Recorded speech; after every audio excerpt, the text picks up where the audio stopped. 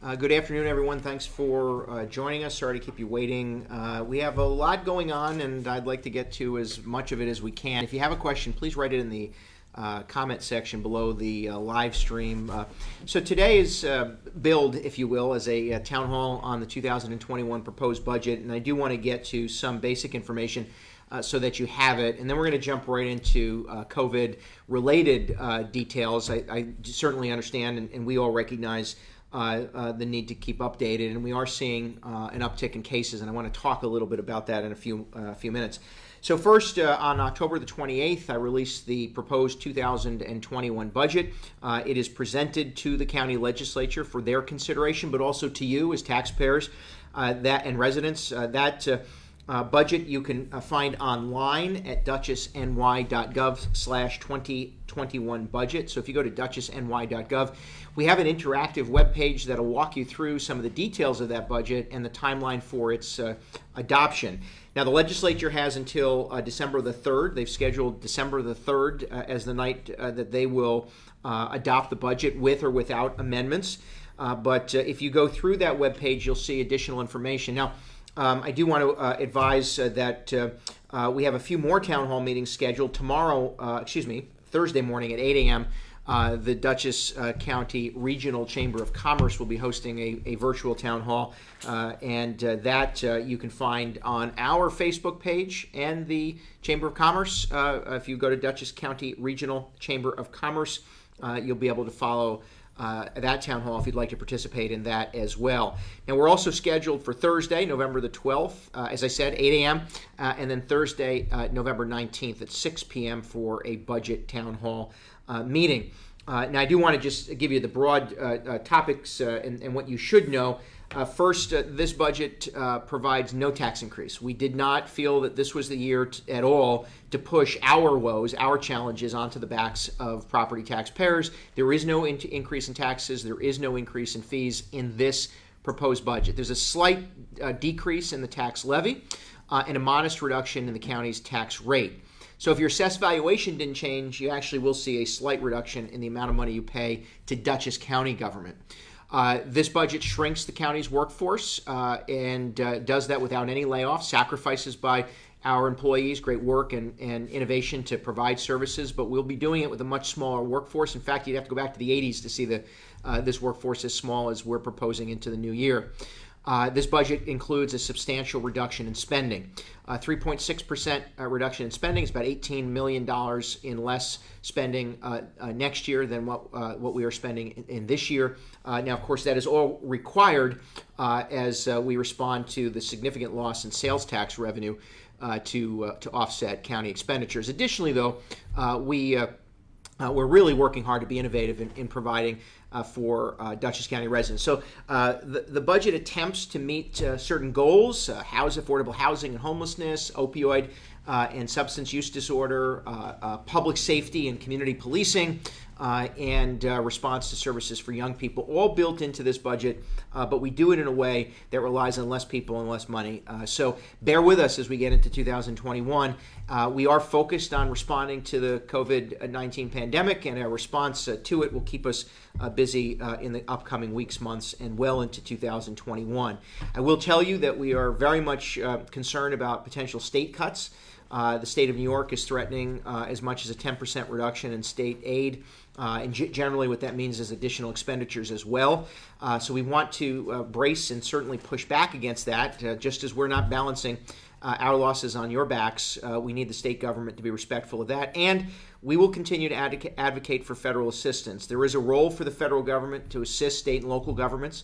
County governments in particular have been on the front line these last 11 months, and we need the federal government to now summon the political will to get that job done, and we're hopeful that they will. But this budget is not built on that expectation. We do not build the budget around an expectation for federal aid, and we do not we are prepared for the potential reduction in state assistance, and that's all built into this. The county couldn't have come into this this budget cycle any stronger. This budget will provide the 7th consecutive reduction in tax levies, 6th consecutive year in property tax rate reductions, and as we said, this budget produces no increase in taxes, and we want you to know that as well as we continue to focus on county services and your priorities. So what I think we'll do is jump right to the Dutchess Dashboard. I want to talk a little bit about where we are, with COVID-19 response. We knew this was coming. We knew that as we get into colder weather, although whether you believe in a higher being or not, I do. God, Mother Nature, has produced for us some decent weather that has at least allowed us to stay outside a little bit longer into the year. That is good. But we knew that as we got into colder weather and we started to transition into what is traditionally flu season, we would start to see an uptick in COVID-related cases. So let's talk through those now. We are nearing 240,000 tests conducted these 10 months. This is important. As cases increase, it is necessary for us to have access to testing. Now, some of that has to come from the federal and state government. Some of that will come from the private sector, and we have a good infrastructure for testing. If you feel that you have contracted the disease or you've come into contact with someone who has, it's critical that you test, not only for your own benefit, but for our ability to monitor whether or not and where we're seeing increases. So please be responsible in that. If you're feeling a little bit sick, I know that you might want to slough it off as the cold. If you have allergies like I do, I know it's easy to think that, and you should. But if you feel like you've come into contact with someone or you're concerned about maybe transacting the disease, it is important. It is contracting the disease, not transacting the disease. I'm losing my words. It is important that you consider being tested, and please do that. Over the course of the 10 months, 5,839 total positive cases. We are currently tracking 317 cases. This is significantly more than 2 weeks ago. It is more than a week ago. And we have to be aware of the increase in cases. Now, part of that is, of course, there are some areas that we want to mention, what we would either refer to as a cluster or areas of concern. Some of it is, we're all a little bit fatigued about living by these expectations and the guidance. We need you to please dig deep and be considerate for your health and the health of your neighbors and your friends and family. But we are now tracking 317 active cases. Now, currently, there are 12 individuals hospitalized. That number has remained relatively steady these last 2 weeks, but we are bracing for potential growth in hospitalizations. We have had, now since the last time we spoke, 2 additional deaths associated with COVID-19, and we are certainly saddened by that. Now, additionally, the regional positivity rate is 2.7%. That's the regional positivity rate. Positivity rate in Dutchess County is now at 1.9%. Now, there are 2 things I want to offer that you should know. So the 7-day rolling average is 1.9%. As you can see from the chart, we still remain relatively low as it relates to other counties in the region. However, it's something to be aware of. Now, keep in mind a couple things. One, the positivity rate is the number of positive tests divided by the number of total tests on any given day, and then it's averaged out over 7 days. And what I mean by that is, for instance, 1 positive case among 100 tests, 1%. 1 positive case among 1,000 tests, you can do the math with me. So what we want to be aware of is if we are to be clear-eyed about what the challenge is, right? Where are the cases coming from? Are we seeing broad transmission of the disease? We need people to be tested. The more tests, the more knowledge we have. So participate in being tested. That allows us to better understand who has the disease and to address it. It also addresses, in some cases, what our positivity rate is. The other, of course, is we are seeing more positives. Without question, there are more positives. So we do need you to be sensitive to the guidelines. And yes, Eileen asked, the increase in our positivity rate is concerning. Do we have info on ages of infected? Is it under 30? The state of New York houses most of that data, and we'll continue to ask the State Department of Health to provide that. And if you go to the New York State Department of Health website, you can get there through dutchessny.gov. You can start to see some of the demographic information. But we're moving toward the same pace of new cases that we were experiencing earlier during the year.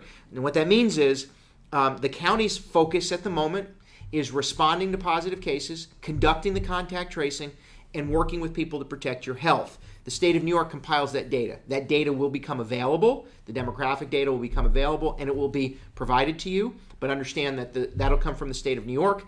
and we will spend the focus of our efforts and time focused on containing the transmission, responding to positive cases, and slowing any growth in hospitalizations. That will be and remains our focus. And we're functioning, like as I've said to a few reporters have asked, it's sort of like a wartime posture.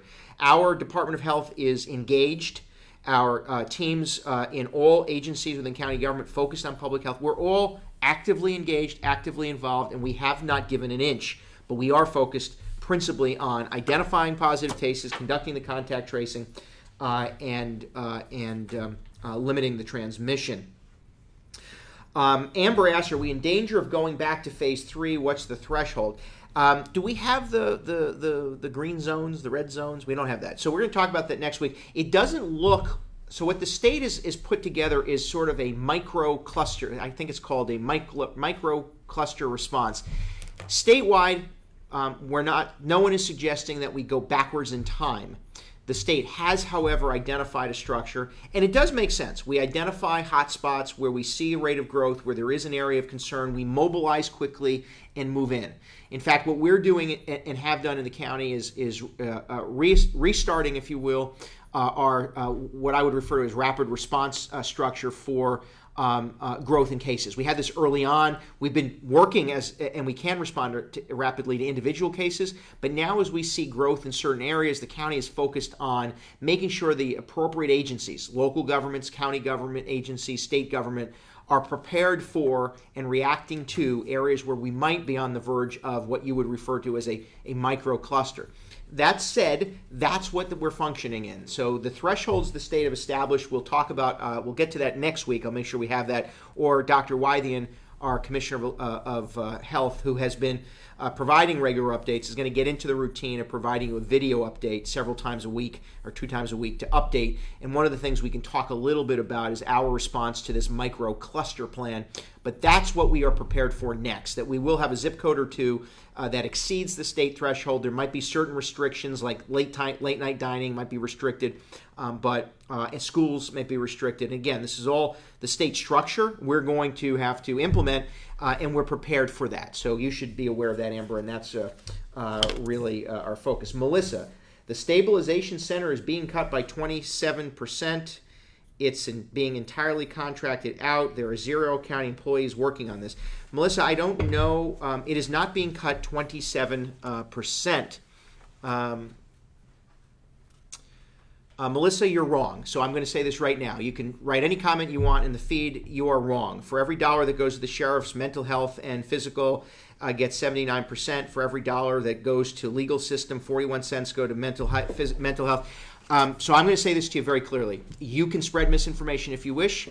This county is exceptionally focused on mental health services. What we've done at the Stabilization Center, it's not being entirely contracted out. We are working with the partners that are already working in the Stabilization Center to broaden the reach of the Stabilization Center. We are not reducing our commitment. In fact, there is not even an inch given on mental health services. What we're doing is maximizing our relationship with Mental Health America, People Inc., Astor Services, and they are significantly invested in the Stabilization Center to broaden its use, to make it much more accessible, much more broad. We're working with Mental Health America to expand mobile intervention and our mobile intervention team so that we can reach out to Eastern and Northern Dutchess and have more services.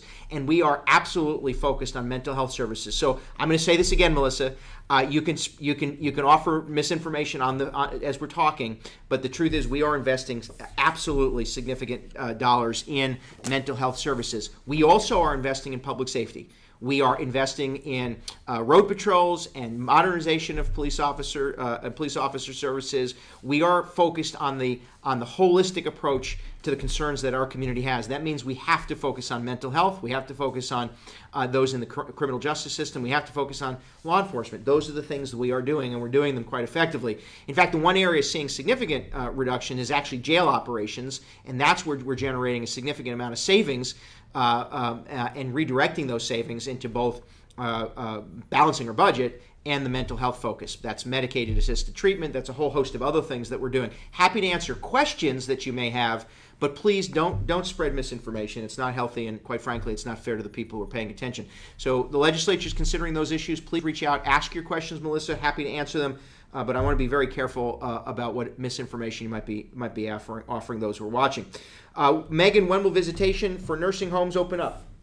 When will visitation for nursing homes open up? That is a state decision, and what I can tell you currently is with the increase in cases, as sad as it is, I would not expect much change in visitation policy at nursing homes. And so we'll continue to work for the value. We believe that there needs to be that connection. The trauma of isolation is real. The hurt and heartache that people have for not being able to connect with loved ones and family members is critical. We understand that. I know what it's like to have somebody on the other side of a phone who just is getting the medical treatment but not having that direct interaction. It is so heartbreaking. At the moment, the state is not changing that, and I wouldn't expect that to change. Let me offer what we're seeing in local cases.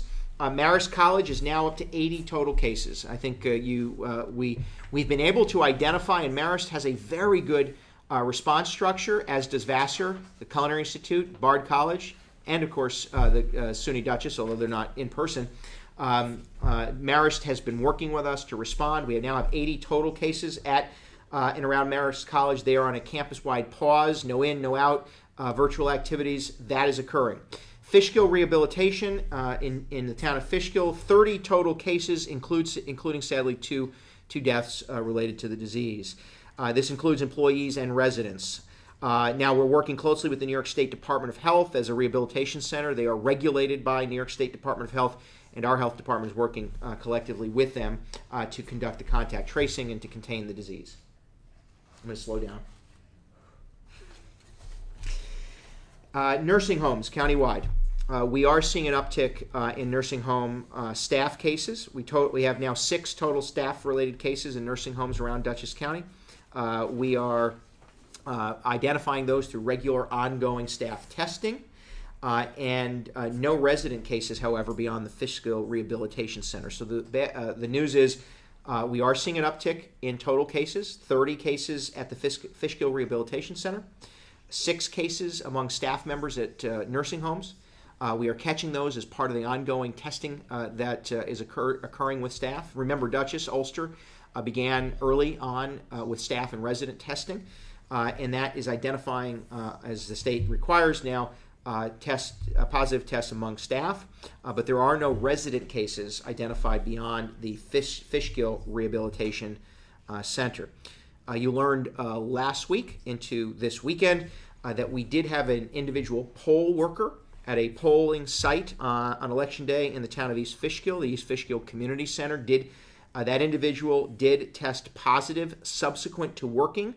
Now, we believe the health department, and Dr. Wythian spoke about this yesterday. You can see his video on the county's Facebook page. There is, in his opinion, limited public risk. However, since this individual would have come into contact, albeit briefly, with a number of people, we felt it was necessary to explain to the residents what we knew. And if you have a concern, you should be tested. But at this point, there are no cases identified connected to that poll worker. So no individual is tested positive connected to the poll worker. And this is East Fishkill. This is the East Fishkill Community Center poll site only on Election Day. The town of East Fishkill did exactly what they were supposed to do. I commend Supervisor Nick D'Alessandro. The second we were aware of the case, we notified the supervisor. He had already, and the town had already disinfected the space. And the space is safe to be used and is being used, but you should be aware of that. So otherwise, the majority of county cases are from what we would refer to as sort of ordinary socialization. And I get it, right? We want to hang out with friends, we want to be around other people, and that is certainly appropriate. Most of our cases are associated in similar households, meaning a family member infects another family member, which is expected. But it's also something to be aware of, right? And again, if you're not feeling well, you should isolate. You should be tested, and then if you test negative, you go about your business. If you test positive, you'll quarantine. This isn't to say that you shouldn't socialize. It isn't to say that you shouldn't have interaction with friends and family. You can do that. Be sensitive about it. If you're going to an event of some kind, remember community events are occurring. Engage in the physical distancing. engage in the personal hygiene and wear a mask. If you're going to a friend's home and maybe it's a group of people getting together, it is okay to still be somewhat physically distanced in those scenarios. It is okay to wear a mask inside. And if you're not feeling well, don't go. If you have a family member that might be vulnerable, they shouldn't participate. These are the things that we want you to be aware of. But all the cases, the majority of cases we're seeing are what most communities are seeing, and that is transmission as you would ordinarily see with an infectious disease. The difference in this case is we don't yet have therapies that would treat the disease, although that's promising and on the horizon. We don't yet have a vaccine if you choose to use it. That is promising and on the horizon. But at the moment, we need folks to engage in that physical distancing, engage in this in your own personal hygiene, wear a mask, and if you don't feel well and you think you've contracted the disease, test and stay home if you can afford to do that. Now, Dr. Wythian, I know Wythian is our Commissioner of Health. He is an infectious disease doctor. He's, as I said, been talking and going to be providing regular video updates, so folks have it. As we mentioned, he'll be updating you regularly. First one was yesterday. You can see that on the county's Facebook page. You can see it on Twitter. You can watch it on YouTube and find it through the county's webpage. And if you have questions, feel free to reach out, and we'll try to make sure that we're answering. Cynthia asked, what can citizens do to help in this time of crisis? That is a remarkably kind question that doesn't often get asked these days. First, be calm. We don't want people frightened, and we don't want you to underreact either. So first, be calm. Do the things that make sense and be vigilant. Remember to engage in those guidances that we talked about. Be aware of your family and friends who might be not feeling well. If they're not feeling well, encourage them to test, encourage them to isolate, and then be there to be of some help to them. There's probably nothing better that you can do than that. The other is encourage friends and neighbors. If you test positive, first, again, be tested. If you test positive, you're likely to have had contacts. If you know who those contacts are, please share them with contact tracers. There is nothing intrusive about the work they're doing. They're going to ask you, if you test positive, who are the people you've interacted with, who might you may have transmitted the disease to, and be part of that process. If you're at home and you receive a call from a number that says, Dutchess County Government or New York State Contact Tracer, please answer the phone. I know, and be honest. This is not about being punitive or being harmful to people in any particular way. This is about being responsible.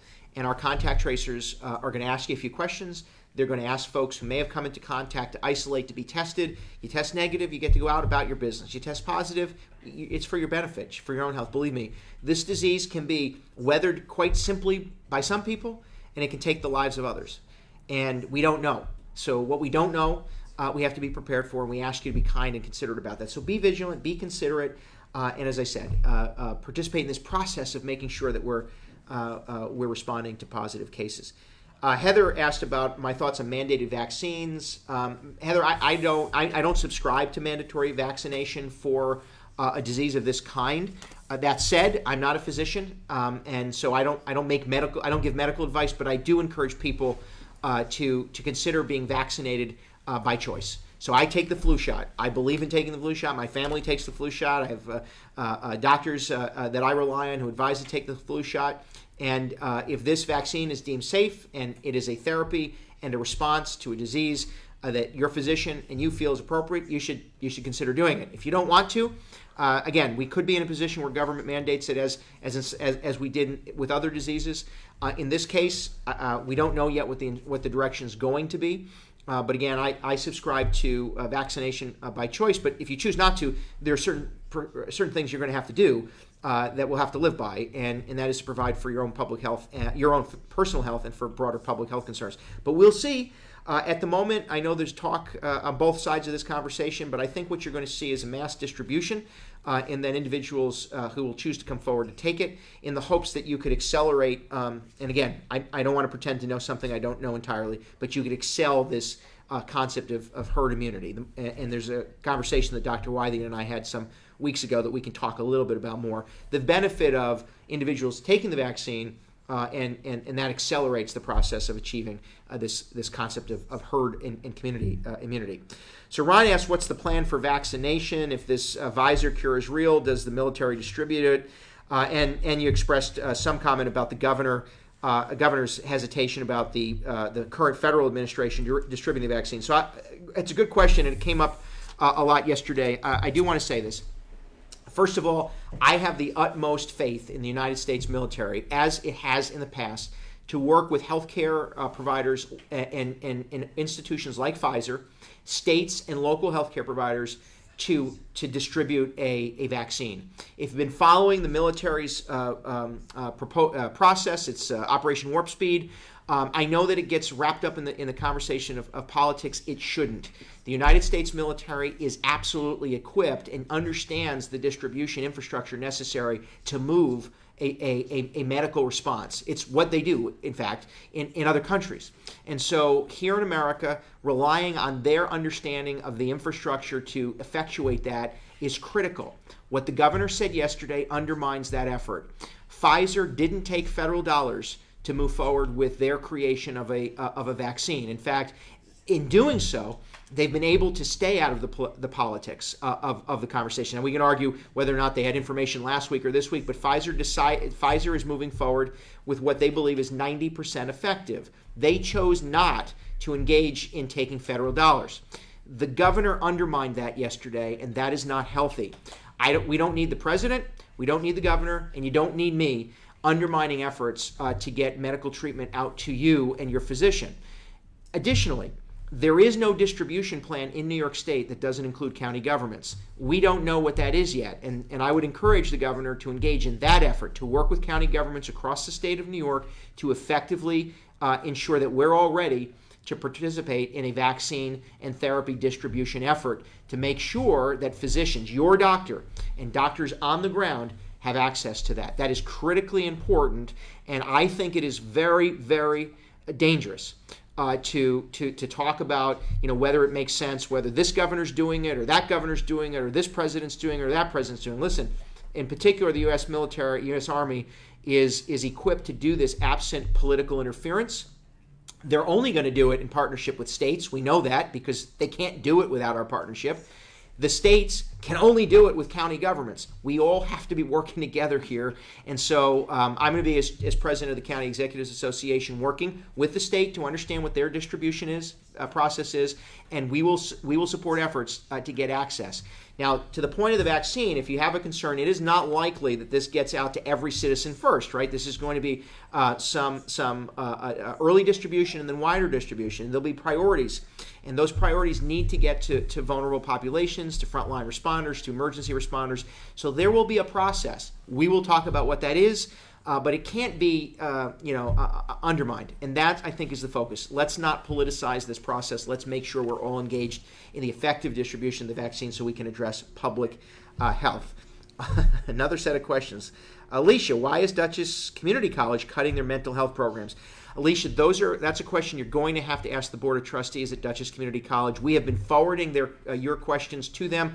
Dutchess County is not reducing its commitment to DCC. In fact, we increased our commitment modestly in 2020 from 2019. There is no reduction in county aid to Dutchess Community College. Those are decisions that they make independent of us. Certainly, we think in this time of crisis, mental health services are critically important, and in particular to young people. This has been a traumatic experience for everyone, but young people certainly have been shouldering a lot of it as well, and having access to those services. Why does criminal legal system get $100 million and public defender gets $7 million? I'd have to know what you're referring to. First of all, Dutchess County's public defender, I can assure you, is one of the most funded in the state of New York. We were among the first in the state to expand the public defender's office to provide legal counsel at every point in the criminal justice system, from arrest, right through adjudication. Other counties didn't do it. We have a full-time public defender staff. It is massively increased in the 8 years that I've been here. In fact, we've been committed to that because we believe everyone deserves the right of representation. That includes investigations and the teams necessary to provide that service. When you refer to $100 million, I don't think the district attorney's office is $100 million. You might be referring to the sheriff's office, the jail, the probation. These are all individual components to the criminal justice system that all play an important role and can't be weighed against only the public defender's office, right? In probation, there's a lot of therapies and restorative justice programming that occurs there. Within mental health, there's a lot of services that we engage in the criminal justice system. And a jail costs what it costs to administer, although we've been asking the state to let us reduce the amount of staffing commitment, and the state of New York says no. So the great progressive state of New York has not given us the relief necessary to reduce the staffing commitment necessary at the jail. We have fewer inmates. We don't need as much staff. We'll be able to attain that through attrition. We won't be laying off people, but we are able to achieve greater savings, and yet the state hasn't provided that. So I'd have to know what you're referring to, but the legal system, if you will, I don't know what the $100 million is, but it's not the DA's office. That I do know. So jumping through a few other issues, as I said, important time to choose to get that flu shot. Please consider that. You should refer to your doctor if you have any questions. You certainly can reach out to us as well for additional information. The Department of Behavioral and Community Health does have and provide for flu shots by appointment. Visit dutchessny.gov/flu for that information. On Thursday, November the 12th, the Dutchess County Office for the Aging with our Department of Behavioral and Community Health will be hosting our second drive-through flu shot for senior citizens. This is at the former Arthur S. May School on Raymond Avenue in Poughkeepsie. If you would like to schedule an appointment for a flu shot at our drive-through flu shot, who decided those are the words? Our drive-through flu shot is scheduled for November the 12th, and if you would like to participate, call 486-2555, 486-2555. You should know that. Tomorrow, Wednesday, is Veterans Day, a very special holiday for this country, and I'll slow down to really get to this. I do mean this sincerely. The entire country was bracing in preparation for Election Day, and now our eyes have been gazed on this exercise of democracy and the way in which this republic functions. The men and women that we will salute on Wednesday, on Veterans Day, are the men and women who chose, in most cases, some were drafted, to sacrifice themselves in service to this country to protect the republic that exercises the freedoms that we enjoy today. They are the men and women that preserved the democracy that is stretched and stressed and pushed and pulled at times. But these are the men and women who have continuously given of themselves in service to us and are home among us. Memorial Day, we recognize those who gave the grandest and greatest and saddest of sacrifices in giving up their lives in service. These are the men and women who, many of whom would never want to be considered heroes, but every one of them is. And tomorrow, the only expression that the Veterans Day holiday asks of us is that of gratitude. So tomorrow, Dutchess County will pause as we can to recognize those men and women who served and are home among us with a Veterans Day convoy and ceremony. 9 a.m. will begin at the War Memorial on Raymond Avenue in the Arlington section of the town of Poughkeepsie. We will convene that convoy and circle through the central core towns of Dutchess County. Police vehicles, fire, rescue, military vehicles, local officials. We're inviting you to participate, to watch. Please do so in small groups. Follow the precautions that we've talked about. But this is a safe way for us to recognize. We'll then come back at 11 a.m. We'll lay a wreath in memory, honor, and recognition of those men and women who have served and are here among us at that War Memorial. And then we'll take part in the second of our two convoys. This one will be around the perimeter of Dutchess County. Look for that map. It does include the village of Millerton, in case you were wondering. And we'll be circling the county. This will be going on for hours. So watch for progress. If you're in the convoy, tweet away, provide social media content so folks know where we are. But take some time, most notably, and say thank you to a veteran. If there's a veteran in your life, as corny as it is, stop them in their work, stop them in their day, just say thanks. If you don't have a veteran in your immediate life, there are plenty of individuals that you'll bump into tomorrow along your travels. You see a man or woman who may be wearing a baseball cap or some recognition that they served. Make the decision to stop and say thank you. We have been saying all these months that we have to choose to be vigilant to respond to the pandemic. We have to choose to be kind to one another. We've said we have to choose to spend our money locally and invest in our small neighborhood businesses. Tomorrow, choose to find time to say thank you to the men and women who gave of themselves in service to us. Some who came home to parades and pomp and circumstance. Some who came home to no one, or worse, or as bad, to booing and jeering because people didn't agree with the politics of a war or a conflict. Tomorrow is a day to put all of that aside and to express to those men and women how grateful we are to them. And I'd ask you to do that. This county is invested in serving our veterans.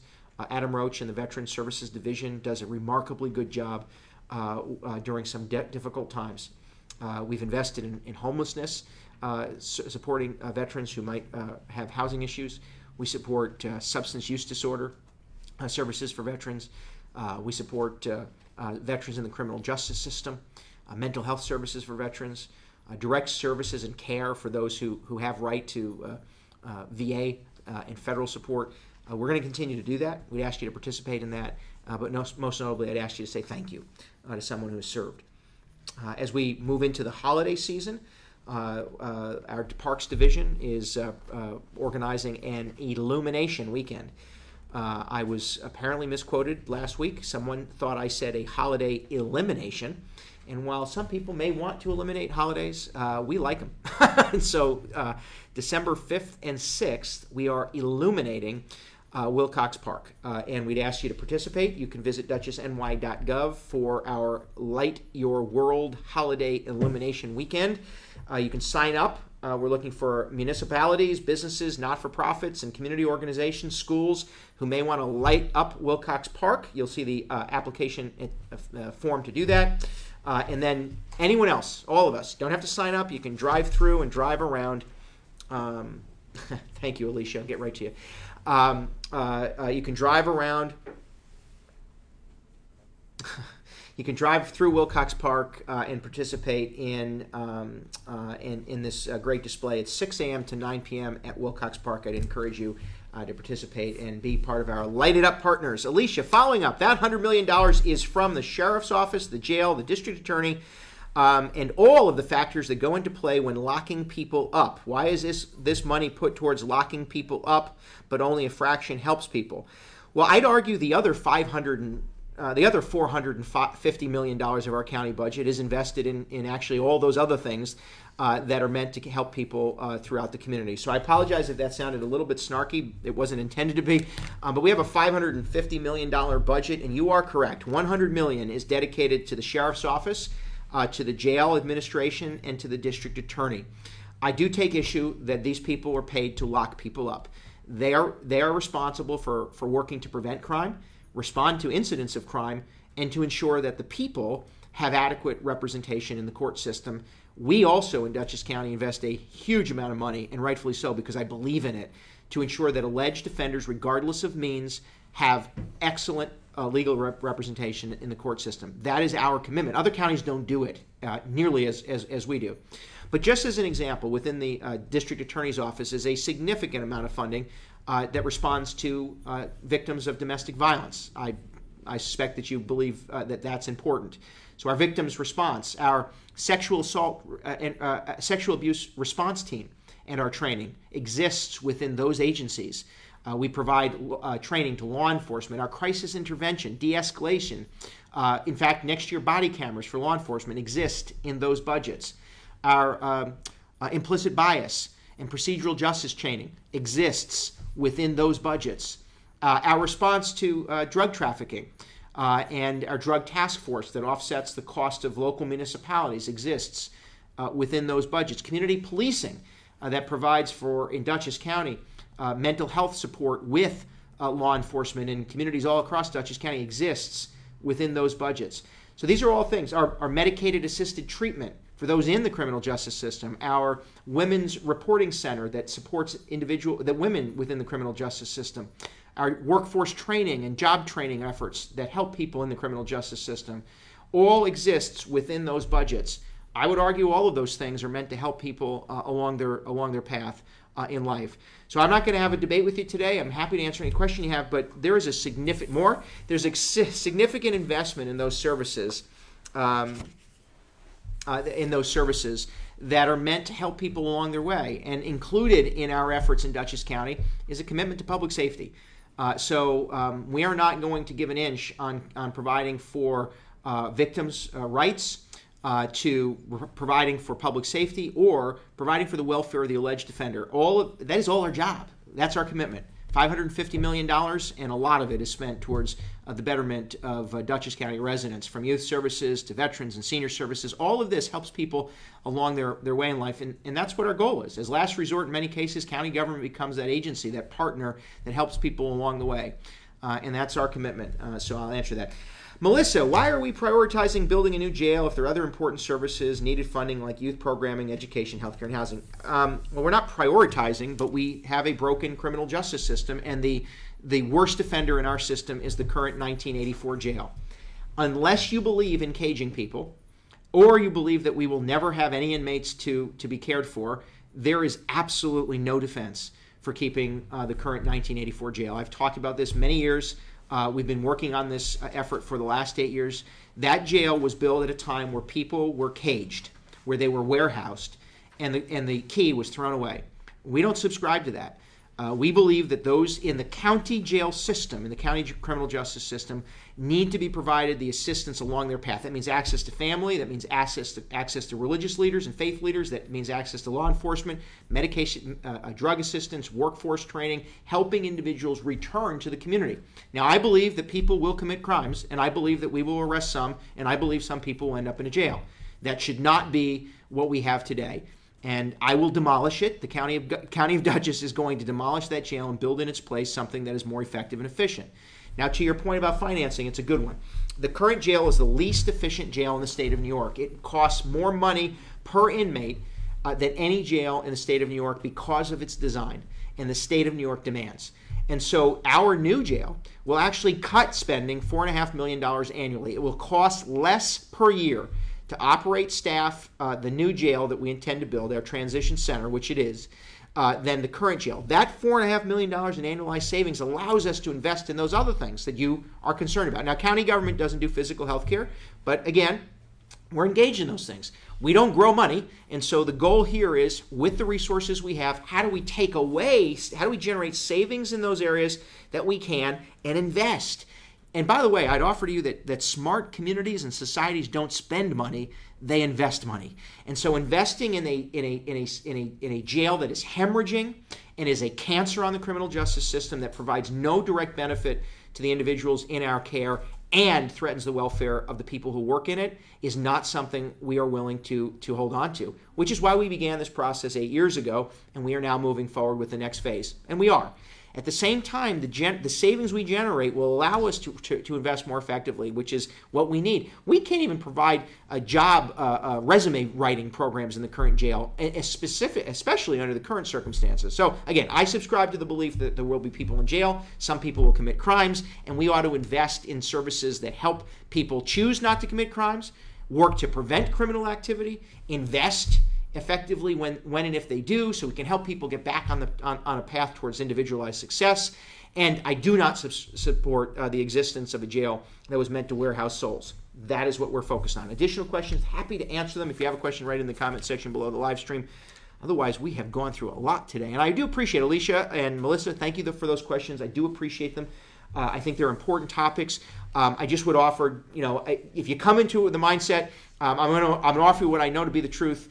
And I hope you consider it, and perhaps just as I would take your advice and input and put it to practice, I'd ask you to do the same. We're trying to be as honest and open as we can, and answer what questions you have. If there are no additional questions, we are going to be, as I said, live again Thursday morning.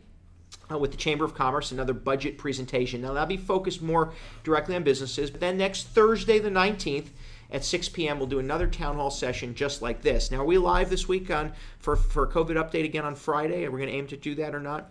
Okay, so Dr. Wythian on Thursday will give an update. I will offer you this as we are now. Let me just describe what's underway. We have, as I said, we've maintained what I'll refer to as our wartime posture. Our emergency response infrastructure has been working diligently to respond to cases all throughout this pandemic. We are now going to increase our response level, and we've been doing this over the course of last week. We're going to re-engage regularly with supervisors and mayors so that they're aware of some of the changes in state policy. We're working with school districts, as we have been, emergency responders and others, to prepare for what we think will likely need to be an increase in testing capacity for those microclusters. Should we get to that place, and other counties have already. So it's foolish to think we're not going to experience that. And we are engaging effectively with the state of New York to respond to cases we know, to enforce basic expectations that we have, the guidance that we have, and to prepare for vaccine and therapy distribution as it becomes available.